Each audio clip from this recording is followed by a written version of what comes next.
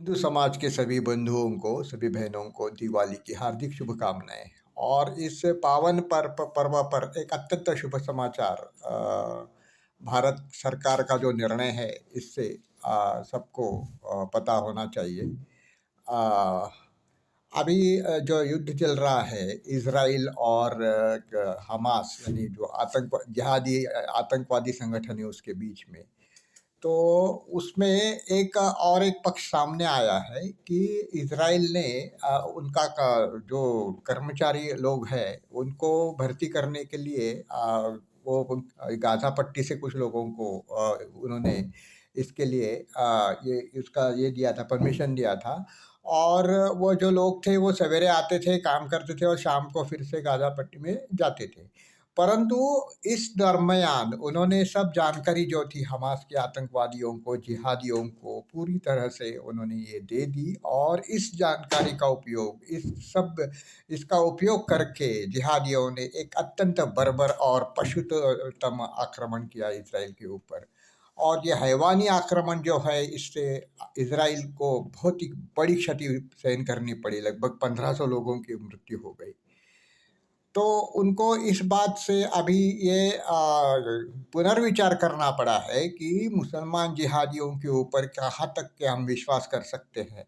तो उन्होंने ये अभी ये नया उनका ये अपना ये बना दिया, निर्णय किया है कि जो पहले काम करते थे वहाँ पे, वो वर्क परमिट लेकर के, एक दिन का वर्क परमिट लेकर के काम करने वाले लोग मजदूर थे या कर्मचारी थे, उनको उन्होंने काम से निकाल दिया है। और उन्होंने जिनकी ज़रूरत जो है, आवश्यकता जो है उनको लगभग 90,000 की, तो उन्होंने भारत सरकार से इसके बारे में लिखा है या उन्होंने वार्तालाप किया है कि आपकी जो मनुष्य शक्ति आपके पास है, तो आप अपना मनुष्य बल जो है वो इसराइल के लिए दे दे, तो उनकी सुरक्षा की तो हम कर लेंगे, उनको अच्छा वेतन दे देंगे।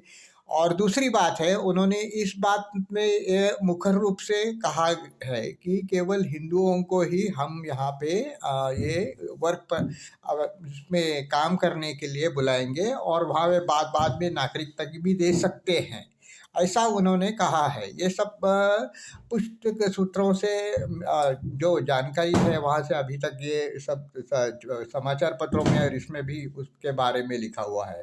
तो अगर ये ऐसा सचमुच है तो फिर बहुत ही अच्छा है। और दूसरे इसके 2-3 दिन बाद भी आदरणीय मोदी जी ने एक निर्णय किया था कि जो कतर ने जो बहुत ही दुस्साहस किया था भारत के 8 नाविकों को फांसी की सज़ा सुनाने का, कि जिन्होंने इसराइल के साथ ये किया, उन्होंने उसके लिए जासूसी की, ये आरोप उनके ऊपर डाला गया था। तो उसके ऊपर मोदी जी ने ये एक प्रहार किया है कि वहाँ जहाँ जो काम करने वाले, कतर में जो काम करने वाले भारतीय हैं, उनको वापस बुलाने का उन्होंने सोचा है। और उसके अनुसार वो 3-4 लाख लोग जो है वो भारत में वापस आएंगे और ज़्यादातर लोगों को इज़राइल अपने देश में काम करने के लिए बुला सकता है। इज़राइल को बहुत सख्त मनुष्य बल की आवश्यकता है और आगे चल के बहुत एक सुनहरा अवसर भारतीय लोगों के लिए भी है और इज़राइल के लिए भी है, क्योंकि इज़राइल और भारत दोनों परस्पर समन्वय, सहकार्य और समर्थ भावना से काम करने के लिए, विकास करने के लिए, विकास के मार्ग पर चले हुए हैं। और दूसरी बात है कि जो विनाशी जिहादी है, मुसलमान जिहादी है, वो तो विनाश के मार्ग पर चले हुए हैं। तो उनके साथ जो वो बैठ नहीं सकते, कुछ काम नहीं कर सकते हैं, तो फिर भारत के हिंदुओं के ऊपर उनको बहुत ज़्यादा विश्वास है कि ये हमारे देश में आएंगे तो हमसे प्रेम से रहेंगे, सौहार्दपूर्ण वातावरण से रहेंगे और देशभक्ति से वो अपना कार्य करते रहेंगे जब तक इज़राइल में है वो। इतना भरोसा उनको भारतीय हिंदुओं पर है, तो इसकी वजह से ये इन्होंने प्रस्ताव रखा है और ये मोदी जी ने स्वीकार कर लिया है, ऐसा सुनने में आया है। ये अभी तक तो ऑफिशियली अधिकृत रूप से उन्होंने उसके जो विस्तृत विवरण है वो तो नहीं दिया है, लेकिन ये अभी ये जो प्रक्रिया जो है वो चल रही है और प्रक्रिया के बीच में है। अगर ऐसा कुछ प्रक्रिया के अनुसार अगर कुछ निर्णय होता है तो भारत के लिए भी अच्छा है और इज़राइल के लिए भी अच्छा है, दोनों के लिए अच्छा है।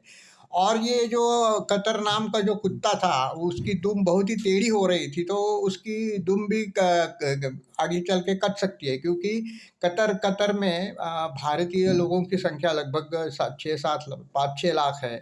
और ये 5-6 लाख लोग अगर वापिस आ जाएंगे तो कतर सचमुच करके इसके ऊपर आ जाएगा, ग्राउंड पे लेवल पे आ जाएगा, क्योंकि वो रास्ते पे आ जाएगा, क्योंकि उनके लोगों को तो काम करने की आदत है ही नहीं, वो काम नहीं कर सकते, किसी भी काम के नहीं है। वो केवल तेल का जो पैसा मिलता है उसके साथ अमीर बने हैं, और बहुत ही नालायक किस्म के लोग हैं। जब सभी अरब देश ऐसे ही है, मुसलमान देश अरब देश ऐसे ही है। एक तो वो आलसी है, कुछ काम करना नहीं चाहते, काम करना नहीं जानते हैं, और कुछ तंत्र का विकसित भी उन्होंने नहीं किया है। तो इसकी वजह से कतर को पूर्ण रूप से भूखे मरने के लिए वो बाध्य होना पड़ेगा कुछ सालों के बाद, तेल अगर समाप्त हो गए तो। तो वो बात जो होगी तो होगी, लेकिन भारत की दृष्टि से जो उन्होंने भारत को दुस्साहस किया है 8 लोगों को फांसी की सजा देने का, तो उसका उत्तर मोदी जी ने अभी दे दिया है। और बहुत सारी बातें मोदी जी की है वो जो करते नहीं है, ऐसा बहुत सारे लोगों का आक्षेप रहता है, हमारा भी रहता है। और जो महापुरुष है उसकी जो अपेक्षा रहती है, जो कापुरुष है, जो मूर्ख है, तो उससे तो अपेक्षा नहीं कर सकते कि कुछ करेगा अपने देश के लिए, कुछ निर्णय ऐसे लेगा कि वो देश के लिए बहुत ही अस्मितादर्शक होंगे। आदरणीय मोदी जी से ही हमें अपेक्षा करते हैं। तो ये बहुत ही अच्छा निर्णय उन्होंने लिया है, दिवाली के शुभ अवसर पर लिया है, और ज़्यादा से ज़्यादा भारतीयों को अरब मुस्लिम देशों से निकाल करके इज़राइल के लिए उसका मनुष्य बल जो है वो उसका सतत रूप से हम उसका ये सप्लाई कर सकते हैं, कि जिनको आवश्यकता है रोज़गार की, तो उनको जो वो वहाँ पे रोज़गार दे सकते हैं, और उन्हें इज़राइल में स्वतंत्रता भी मिलेगी, धर्म स्वतंत्रता मिलेगी, मनुष्य स्वतंत्रता मिलेगी। और इज़राइल एक लोकतंत्र देश है, धर्मनिरपेक्षता की सचमुच वो भारत जैसा ही उसका अभी तक जो है वो रूप आया है सबके सामने। तो इस्लामी देशों में जैसा बर्बरतापूर्ण प्रयोग उनको उनके यहाँ पे होता नहीं है दूसरे धर्मों के बारे में।